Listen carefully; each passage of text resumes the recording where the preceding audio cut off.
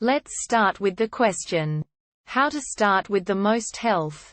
In Elder Scrolls Oblivion, which is the best combination of race, birth sign and skills in order to get high values of health? So how can we solve this? There are two possible answers. Answer 1. For purposes of this answer I'm going to go purely for the highest possible max health. I'm not going to take into account damage mitigation or healing for now, even though those may make an character with fewer HP harder to kill. I'm also going to ignore temporary bonuses. Ultimately, most of the answer amounts to stack endurance, as health is largely based on endurance. The best signs are the warrior or the lady. Each grants +10 endurance, so both will have the same amount of health. The best race, and sex this matters in Oblivion, is going to be one with an endurance bonus. Male Nords, or a Redguard or Orc of either sex have +10 to endurance. The other factor here is skill bonuses, which, again, can be used to raise endurance. Armorer, block, and heavy armor are based on endurance.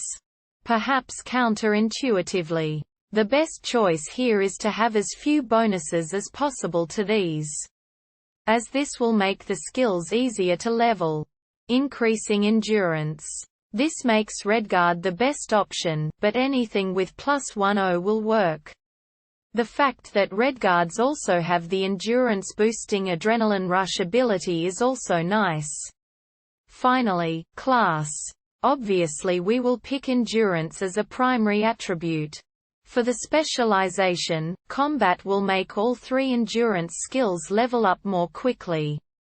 The difficult decision here is whether to include armorer, heavy armor, and block for the faster leveling or exclude them to level more slowly.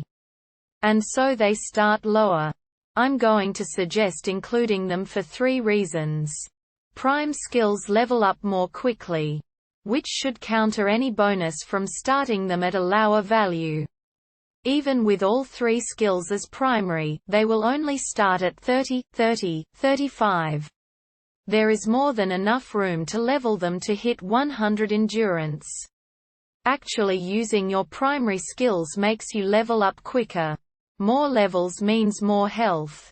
During each level up, at least 5 of your 10 skill ups must be in these 3 skills.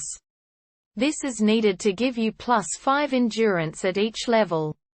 Endurance affects health gained and, since this is not applied retroactively, must be increased as fast as possible to maximize total health.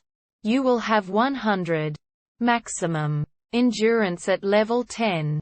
Provided your sign, race, sex, and class started you with the maximum 55.